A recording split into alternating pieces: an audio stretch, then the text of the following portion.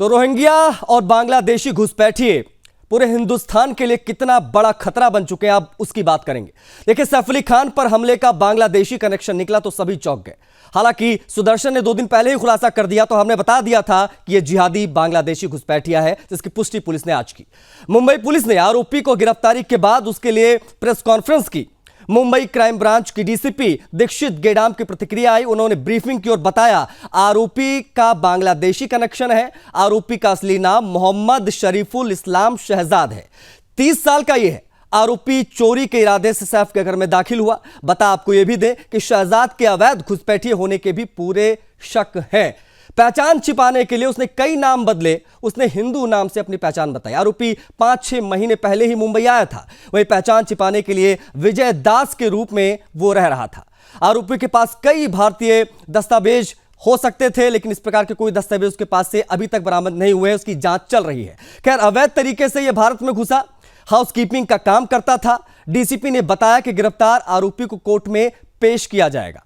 अब यह कितना बड़ा संकट है पूरे देश के लिए, किस प्रकार की स्थिति बनती जा रही दिन पे दिन, क्योंकि ये पूरा नेटवर्क, ये पूरा नेक्सस मुंबई से लेकर दिल्ली तक काम कर रहा है। ये रोहिंग्या आते हैं और पहले से मौजूद रोहिंग्या जो अपना कागज पत्री बनवा कर रह रहे हैं, हिंदू नाम लेकर या कोई मुस्लिम नाम लेकर, ये लोग उनको शह देते हैं, शरण देते हैं। उसके बाद में ऐसी वारदातें सामने आ जाती हैं। सैफ अली खान के घर में घुसकर चाकू से हमला हो जाता है। यह हैरान कर देने वाला है पूरा मामला। मनीषा जोशी हमारी संवाददाता मुंबई से कनेक्ट हो गए, सीधा उनका रुख करेंगे, अपडेट्स लेंगे। मनीषा, किस प्रकार की क्या जानकारियां आज 72 घंटे के बाद निकलकर सामने आई, जब ये कहा गया कि यह आरोपी बांग्लादेशी है, रोहिंग्या है? क्या जानकारी मिल पाई है? क्या ऐसा भी कोई सूचना मिली है मनीषा कि यह वापस बांग्लादेश भागने की फिराक में था इस कांड के बाद? जी बिल्कुल, आपको बता दें कि नेता सैफ अली खान पर जो है चाकू से 6 बार हमला किया है। जिसने जो आरोपी है वो जो है जिहादी निकला है, बांग्लादेशी निकला है। इसके साथ ही आपको बता दें कि यह जो बांग्लादेशी आरोपी है ये अपने नाम बदल बदल कर जो है रह रहा था, छुप रहा था, और आखिरकार जो है पुलिस जो है इसे पकड़ने में सफल रही है। थाने के हीरानंदानी स्टेट के जंगलों से जो है इस आरोपी को पकड़ा गया है। इसके साथ ही जो है आज बांद्रा कोर्ट में इसे थोड़ी देर बाद जो है इसे पेश किया जाएगा। इसके बाद ही जो है इस केस पे जो है सुनवाई होगी। ठीक है, अभी जो जानकारी मिली, पुलिस की इन्वेस्टिगेशन यहां तक कैसे पहुंची? क्योंकि शुरुआत में बहुत सारी चीजें हुई, पुलिस भ्रमित हुई, कई गिरफ्तारियां भी हुई, संदिग्ध नाम सामने आए, उसने हिंदू नाम अपना बताया था। पुलिस कैसे पहुंची इस तक? क्या पूरी प्रोसेस रही, क्या प्रक्रिया रही, अगर उसको आप संक्षेप में बता पाए तो? जी बिल्कुल, इस आरोपी का नाम जो है, इसने अपना हिंदू नाम बताया था, विशाल दास, जबकि ये इस आरोपी का जो असली नाम है वो मोहम्मद सज्जाद है। और ये इसके जो डॉक्यूमेंट्स है वो बांग्लादेश के मिले हैं। इसके साथ ही बाकी जो चीजों की जांच है, बाकी जो इसके डॉक्यूमेंट्स है, कौन इसे यहाँ पर लाया था और किस तरह से जो है वो यहाँ पर रह रहा था, कहाँ से रह रहा था, और किस तरह से जो है सैफ अली खान के घर जो है ये घुसा, और इस पूरे मामले की जो है जांच अभी पुलिस कर रही है। आपका निशान तमाम जानकारियों को साझा करने के लिए, तमाम बातचीत के लिए। तो बड़ी चीज ये, जैसा कि हमारे सहयोगी ने आपको बताया कि किस प्रकार से हिंदू नाम रखकर रह रहा था मुंबई में और किस प्रकार से इसने इस वारदात को अंजाम दिया। अभी हाल फिलहाल में आया था, ऐसा बताया गया, और ये वापस बांग्लादेश भागने के फिराक में था, लेकिन उससे पहले ही मुंबई पुलिस ने इसे दबोच लिया। खैर, अब बात करेंगे उस बेहद महत्वपूर्ण विषय जिसको लेकर आज हमने चर्चा यहां रखी है, क्योंकि हमारे साथ वेदभूषण है, पूर्व एसीपी साहब, वो हमारे साथ कनेक्ट हो गए हैं। वेदभूषण जी, बहुत स्वागत है आपका सुदर्शन पर। Doctor HS. रावत स्क्रीन पर दिखाई दे रहे हैं, हिंदू धर्मगुरु हैं। रावत साहब, आपका भी बहुत आभार, आप जुड़े। रमजान चौधरी हैं, मुस्लिम स्कॉलर। रमजान जी, आपका भी बहुत शुक्रिया। हम बातचीत करने की कोशिश करेंगे सभी से, लेकिन सबसे पहले लॉ एंड ऑर्डर की क्या सिचुएशन है उससे संबंधित बात हम करेंगे वेदभूषण जी से। वेदभूषण जी, ये बांग्लादेशी रोहिंग्या किस प्रकार से इतनी इजीली हमारे देश में, हमारे प्रदेश में, शहरों में आकर बस जाते हैं, उसके बाद इस प्रकार की वारदातों को अंजाम देते हैं? एलआईयू क्या करता है? किस प्रकार से ये लोग चकमा देते हुए इस प्रकार की वारदातों को अंजाम दे देते हैं? देखिए आशीष जी, इस मामले के अंदर कहते हैं ना, खोदा पहाड़ निकली चुहिया जी। जो सैफ अली खान थे वो रियल हीरो हो सकते हैं, पर रियल लाइफ के हीरो नहीं है। क्योंकि एक छोटे से अपराधी ने किस तरह से 6 बार उनके ऊपर अटैक कर दी। फिल्मों में होते तो एक साथ 50 आदमियों को ढेर कर देते। तो इसलिए ये जो बांग्लादेशी है, इसको लाने का श्रेय और क्रेडिट उन तमाम लोगों को है जो देश के अंदर स्थिरता पैदा करना चाहते हैं। आपने देखा दिल्ली के अंदर एक एमएलए है जिन्होंने साइंस से अपने करके मोहर लगा के बांग्लादेशियों को बसा दिया, तो कभी नहीं है, चाहे वो आम आदमी एजुकेशन ही बहुत ही शुरुआत स्टेज पर है, क्योंकि ये नाडिया एक जगह है कलकत्ता के अंदर, वो बिल्कुल बांग्लादेश बॉर्डर से है। तो प्राथमिक तौर पर पता लगा है कि नाडिया के रास्ते वो मुंबई पहुंचा था, और किस तरह से उसने फर्जी डॉक्यूमेंट्स, अपना नाम विजय दास बनाया, किस तरह से वो तमाम नौकरी करता रहा, किस तरह से उसने कई जगह नौकरी के लिए कोशिश किया, परंतु चूंकि उसके पास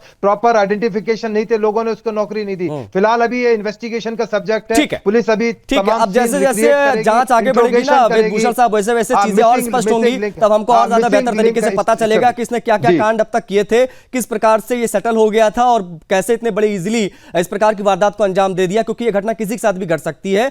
ये रोहिंग्याओं की तादाद बहुत ज्यादा बढ़ चुकी है। एचएस रावत साहब, आपकी प्रतिक्रिया बेहद महत्वपूर्ण हो जाएगी। ये लोग आते हैं बांग्लादेश से, यहां पर आते हैं, ये लोग हिंदू नाम से रहते हैं और अपनी पहचान छिपाते हैं। इसकी मुख्य वजह क्या लगती है आपको, और ये देश के लिए कितना बड़ा खतरा बन चुके हैं, हिंदुस्तान के लिए कितना बड़ा खतरा बन चुके हैं? आशीष जी, सबसे पहले तो मैं सुदर्शन न्यूज को बहुत बहुत धन्यवाद देता हूं कि हमेशा इन जितने भी बांग्लादेशी और रोहिंग्या मुसलमान हैं, इनका मुद्दा हमेशा सुदर्शन न्यूज बखूबी उठाता रहा है, और इतनी सारी डिबेटें हमने की हैं। ये देश के लिए खतरा है बहुत बड़ा। इस खतरे को केंद्र सरकार को बहुत जरूरी से भांपना चाहिए और इस पर एक्शन लेने की आवश्यकता है। इनको बाहर खदेड़ने की आवश्यकता है। ये नाम बदल करके चोरियां करते हैं, डकैतियां करते हैं, जमीन कब्जा करते हैं, हत्याएं करते हैं, किडनैपिंग करते हैं, और आतंकवाद को ये लोग फैला रहे हैं। जगह जगह पे ये बस चुके हैं। जम्मू कश्मीर से लेकर कन्याकुमारी तक इनका नेटवर्क फैल चुका है, और इनको कोई संचालित बाहर से करता है। इसलिए ऐसी सिचुएशंस बनेंगी तो देश के अंदर क्राइम बढ़ेगा। जगह जगह पर ये स्थितियां पैदा हो रखी हैं, इनका आतंक बढ़ता जा रहा है। इसलिए अभी इन पे शिकंजा कसने की जरूरत है, और जिस प्रकार से सुदर्शन न्यूज और आदरणीय सुरेश चौहान जी जिस प्रकार से इस मुद्दे को उठाते रहे, बखूबी हम भी। नहीं, एचएस रावत साहब, बड़ी बात यह है कि सुदर्शन न्यूज ने, पुलिस ने तो आज बताया, हमने 2 दिन पहले ही बता दिया था। हमने खबर चलाई थी कि ये जिहादी है, ये अवैध बांग्लादेशी रोहिंग्या है जिसने इस प्रकार की वारदात को अंजाम दिया था। शुरुआत में लोगों ने डिनाई किया, लेकिन आज वही हुआ जब पुलिस ने इसकी, आप कह सकते हैं कि ब्रीफिंग की और बताया कि बांग्लादेशी रोहिंग्या था और ये वापस बांग्लादेश भागने की फिराक में था। कहां का रहने वाला था बांग्लादेश में, ये भी पता चल चुका है, और किस प्रकार से वो आया वो भी पता चल चुका है। लेकिन इनको यहां पर शरण कौन दे देता है, कैसे ये सेटल हो जाते हैं बड़े आसानी से आकर, कैसे डॉक्यूमेंट्स बनवा लेते हैं, कैसे तमाम चीजें यहां पर आसानी से ये लोग कर ले जाते हैं, इसके बारे में भी मैं समझना चाहूंगा।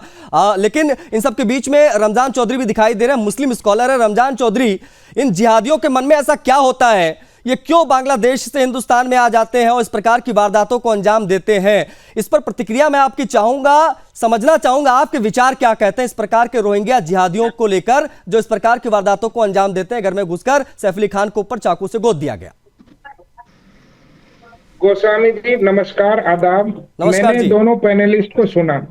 सबसे पहले तो मैं ये कहना चाहूंगा कि अपराध ना अपराध ही होता है, उसको हिंदू मुस्लिम में बांट कर देखना या किसी जाति धर्म से जोड़कर देखना, वो मुझे नहीं लगता कि वो ठीक है। रमजान चौधरी जी, इंटरप्ट देखिए मैं करता नहीं हूं, इंटरप्ट इसलिए इंटरप्ट करना पड़ा क्योंकि जब वो हिंदू नाम बताकर रह रहा है सर, जब वो हिंदू नाम बताकर रह रहा है, वो अपना नाम विजय दास बता रहा है, हिंदुओं को अगर वो बदनाम कर रहा है तो हम क्यों ना करें इसको, हिंदू मुस्लिम क्यों ना करें इसको?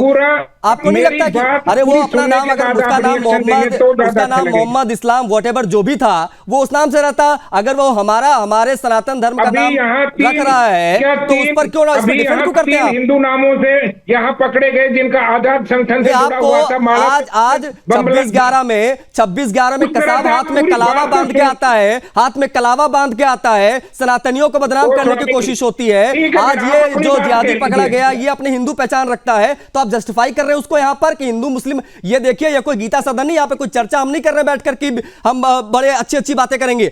अगर सीधी मैं आपसे समझना चाहूं तो आप मुझे समझाओ कि ये जो जिहादी है, ये जिहादी यहां आते हैं, अगर ये अपनी हिंदू पहचान दिखाते हैं तो क्यों ना हम इस प्रकार के विषय उठाएं? नहीं, मैं नहीं बोलना चाहता, मैं इस तरह के चिल्ला और आप सुनना ही नहीं चाहते। अरे मैं सुनना चाह रहा हूं, आप वैलिड बात तो करिए। आप तो डिफेंड कर रहे हैं इसको, जिहादी को डिफेंड कर रहे हैं बैठ के यहाँ पे। अरे नहीं, उनके बीच में आपने टोका टोकी की थी क्या? अरे उन्होंने ऐसी कोई बात ही नहीं की, करते तो टोकता, उन्होंने ऐसी कोई बात नहीं की। आप तो सीधे डिफेंड कर रहे हैं, रमजान चौधरी आप तो डिफेंड कर रहे हैं इसको, जिहादी को। नहीं नहीं गोस्वामी जी, अगर किसी का वक्त खराब करते हो, लेते हो, मुझे 2 घंटे से रोके रखा है। आप 2 मिनट दे रहा हूं, आप धारा प्रवाह बोलिए, लेकिन ये मत कहिए कि हिंदू मुस्लिम मत करिए। यहां पर हिंदू मुस्लिम ये खुद कर रहे हैं जिहादी, क्यों आके हिंदुओं का नाम रख रहे हैं? आप कर रहे हो हिंदू मुस्लिम तो। अरे आप पॉइंट पे आइए ना, आप बोलिए ना, आप क्यों जस्टिफाई क्यों कर रहे हैं इसको? नहीं नहीं मैं नहीं बोल, इस तरह से बात है नहीं। आप दोनों को सुना, आपने 2-2 मिनट उनको दिए, आप आधा मिनट मुझे नहीं दे रहे। आपको मैं पूरा 2 मिनट दूंगा, लेकिन ये मत बोलिए, अगर आप फिर बोलेंगे मैं फिर टोकूंगा। आप बैठिए चाहे ना बैठिए, अगर आप ये कहेंगे बार बार कि हिंदू मुस्लिम मत करिए, हिंदू मुस्लिम मत करिए, ये कहेंगे तो ठीक नहीं चलेगा। अरे वो अपना नाम हिंदू रख रहा है भाई। मुझे 2 मिनट भी नहीं दे सकते, आधा मिनट। अरे मैं दे रहा हूं, आप इसके आगे तो बढ़ो। रमजान चौधरी आप इसके आगे तो बढ़ो, मैं दे रहा हूं 2 मिनट, बोलिए। इस तरह से चीजें नहीं होती ना। अरे आप बोलिए ना भैया, इस तरह से उस तरह से हम देख लेंगे हमें क्या करना है। अभी आप आगे बोलिए। अरे आपको अपनी बात रखनी तो रखिए रमजान चौधरी। सबसे बड़े हिंदू सम्राट की सरकार है, फिर ये रोहिंग्या, फिर ये जिहादी, या जिनको आप जो नाम दे रहे हैं, वो क्यों है? वो एक सेलिब्रिटी के लिए हमला कर सकते हैं, तो रमजान चौधरी या गोस्वामी क्या मायने रखते हैं उनके लिए? मैं आपसे ये कहना चाह रहा हूं कि अगर हम आज हमारी हिंदू हृदय सम्राट की सरकार है, मुसलमान बाहर से आकर यहाँ पर हमला कर रहा है और यहाँ पर आकर आतंक कर रहा है, तो फिर आप किस लिए बैठा रखा है इनको? मैं रावत साहब से और दूसरे साथी उनसे भी पूछना चाहता हूँ, ये सारा राजनीतिक स्टंट है, और राजनीतिक स्टंट के चलते हुए इसको हिंदू मुसलमान करके देखते। अदरवाइज तो अगर हम रोकना चाहें तो चाहे वो रोहिंग्या मुसलमान है या बांग्लादेशी है या कोई भी है, हमारे देश में आतंक करने की कैसे जुर्रत कर सकता है? ठीक है, हो गया। अब मैं यही आपको टोक रहा था, इसीलिए आपको मैं टोक रहा था रमजान चौधरी, कि आप पूरे मामले को डाइवर्ट कर देते हैं। अगर एक जिहादी हिंदुस्तान में आकर अपना पहचान हिंदू दिखाता है, हिंदू के नाम से रहता है, उसके बाद में वारदातों को अंजाम देता है, कसाब अगर हाथ में कलावा बांधकर आता है, गोलियों से भून देता है पूरी मुंबई को, उस पर सनातनियों को बदनाम करने की साजिश जो नजर आती है, इस एंगल पर आपने कुछ नहीं बोला। ऐसे लोगों की मानसिकता पर आपने कुछ नहीं बोला। लॉ एंड ऑर्डर पर सवाल उठाए, वाजिब सवाल था, अप्रिशिएट इट, लेकिन इस प्रकार की मानसिकता पर आप क्यों चुप्पी साध लेते हैं? इस पर भी 30 सेकंड और दूंगा आपको।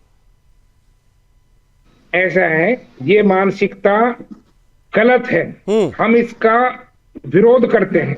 और अगर कोई मिस रिप्रेजेंटेशन करके किसी दूसरे नाम का सहारा लेकर कि वो हिंदू है या मुसलमान है ना, यहाँ पर आजाद हिंद फौज के नाम से एक सेना बनाकर 4 हिंदुओं को पकड़ा, मुसलमान नाम रखकर, क्या हम उस मानसिकता को बढ़ावा देंगे?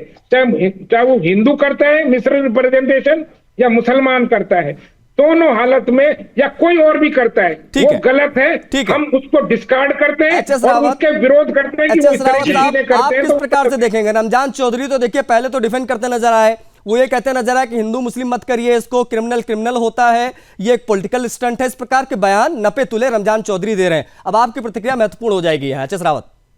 देखिए आशीष जी, रमजान चौधरी बड़े समझदार वक्ता हैं। मुझे इनसे ये शिकायत है कि इन्होंने कहा हिंदू मुसलमान मत करिए, ठीक है नहीं करते, लेकिन हर मुसलमान आतंकवादी क्यों है? दूसरा आतंकवादी किसी धर्म का नहीं है, कोई बौद्ध आतंकवादी नहीं है, कोई हिंदू आतंकवादी नहीं है, ईसाई भी आतंकवादी नहीं है। जितने भी चोर उचक्के हैं, ये सारे जितने भी चोरी करते हैं, छुरेबाज है, AK-47 रखते हैं, डॉनगिरी करते हैं, भूमियों को कब्जा करते हैं, लैंड जिहाद करते हैं, लव जिहाद करते हैं, ये सब मुसलमान ही क्यों हैं? जेल भरी हुई है 80% मुसलमानों से। जितना भी आप देखेंगे, आप मेवात के अंदर देखिए, पूरा क्राइम का गढ़, यानी पूरा मेवात है, पश्चिमी उत्तर प्रदेश क्राइम का गढ़ है, और अल्लाह अकबर कह करके गोलियां चलाते हैं। तो ये कहीं ना कहीं आप देखिए, संसद के ऊपर किस प्रकार से हमला किया, कितने पुलिस वालों को मार दिया, उनको सेंटर किसने दिया? यहाँ के मुसलमानों ने दिया। इसका मतलब, और इन सबके बीच में एच.एस. रावत साहब, ये लोग अपनी पहचान हिंदू बताकर रहते हैं, ये अपनी पहचान हिंदू बताकर रहते हैं, इस पर भी कुछ नहीं बोल रहे रमजान चौधरी। मैं रमजान चौधरी जी को यही कहना चाहता हूं कि कम से कम सच्चाई को एक्सेप्ट करने में क्या बुराई है? और अगर आपके धर्म में कोई ऐसी चीज चल रही है जिसकी वजह से आपका धर्म बदनाम हो रहा है, तो उसको आपको रोकने की कोशिश करनी चाहिए।